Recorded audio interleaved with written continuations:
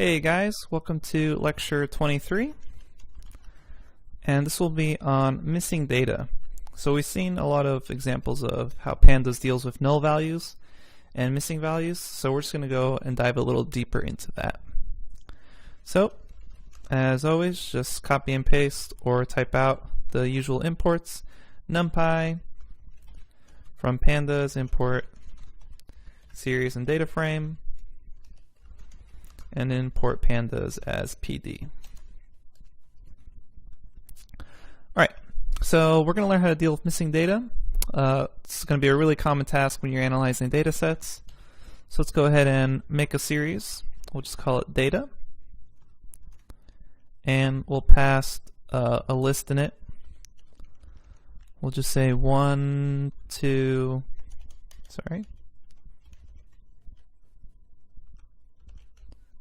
a missing value, and then 4. Let's go ahead and see what that looks like. Alright, so we have our series 1, 2, null value 4. So how do we find these missing values? So pandas makes it pretty easy. You can just pass the method isNull,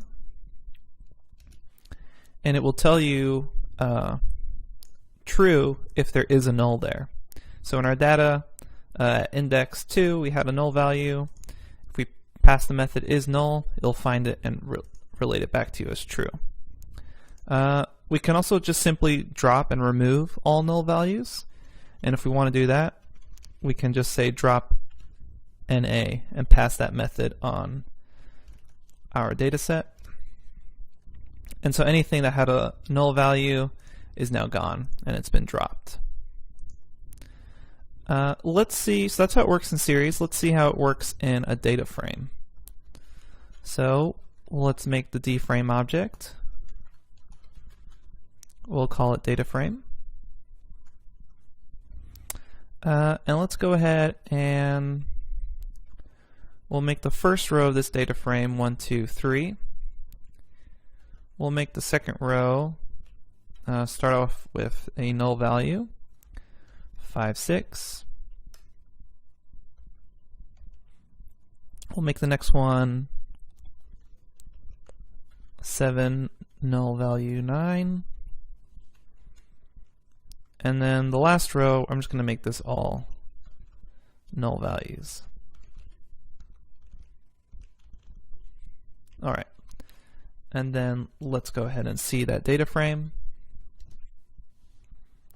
Cool. So now we have a data frame. It's a 4x3, and there's several null values there. And now let's go ahead and make another data frame called clean dFrame, clean underscore dFrame, and see what happens. We'll set that equal to drop NA. So what's going to happen is if we drop every null value from a data frame, let's go ahead and see that result. So you end up only getting 1, 2, 3, that first row at index 0. What pandas does if you just drop NA with no additional arguments from a data frame, any row that has any null, even if it's just 1, is going to be dropped from that data frame completely. So we can also specify to only drop rows that are completely missing all data. The way we can do that is drop NA, and we can specify the method how.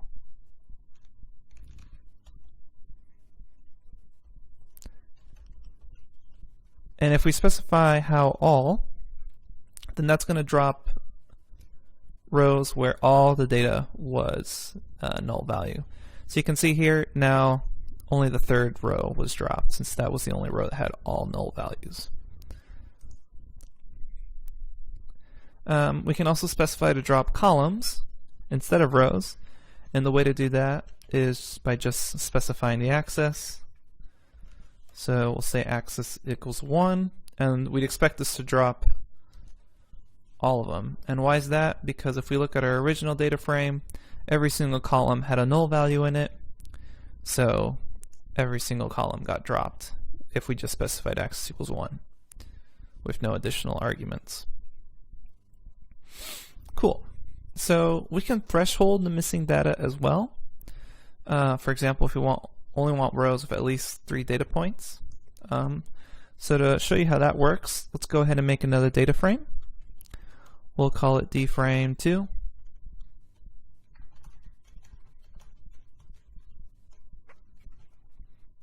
And I'm just going to make this I'll make it a 4x4. And to make this go a little faster, what I'm going to do before I start this data frame is I'm going to set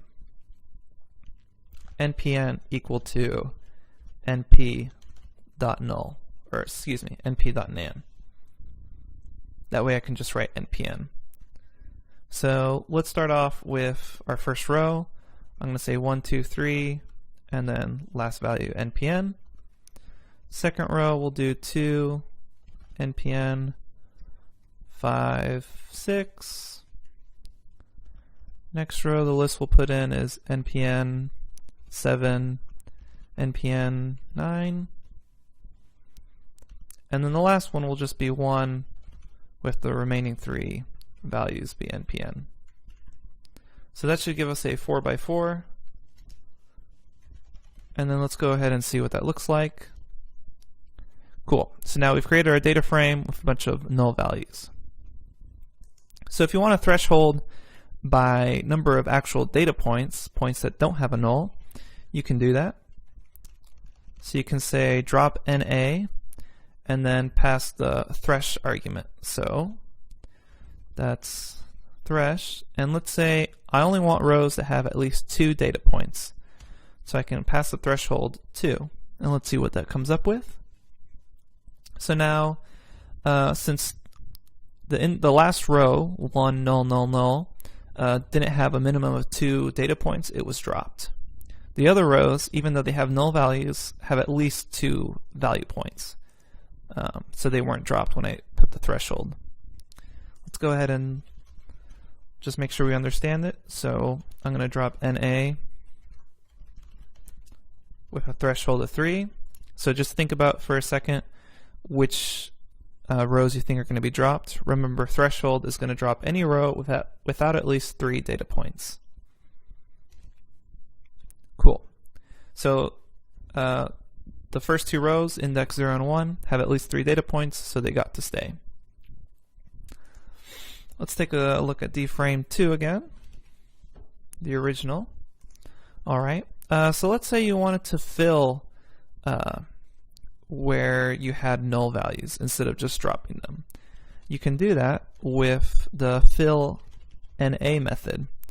So if I wanted to fill all the null values with a 1, I can pass the argument 1 into fill NA, and now any values that had null, for instance, this last row, now have a 1 value there. Great. And let's go ahead and, sorry, I called the original dframe. Let's check it on dframe2. There we go. Now that makes sense. We have our 4x4. Awesome. So what else can we do? We can also fill in different values for different columns. So to show you how that works, we'll call it on our dframe2. Let's just see what that looks like. The original still has all our null values. Remember, since we're not setting anything equal to these method calls, since I'm not saying dframe2 equals dframe2.fillNA, we're not making actual permanent changes to the dframe. So I can always call it and still have those null values. So dframe2.fillNA, if I want to fill in different values for different columns, what I can do is I can pass a dictionary. So let's say the 0 column, I want any null values filled with 0. The 1 column, I want any values filled with 1, null values that is, and then we can do the same thing for the other 2 columns. Take a minute, think about what this is going to look like before we see it. Let's see if we got it. Alright, cool. So now anywhere there was a null value in a particular column, we replaced it with the number of that column. So if we look at column 2, for instance, the last 2 now have a value of 2. Excellent. If we want to modify the existing object, there's 2 ways we can do that. We can either say dframe2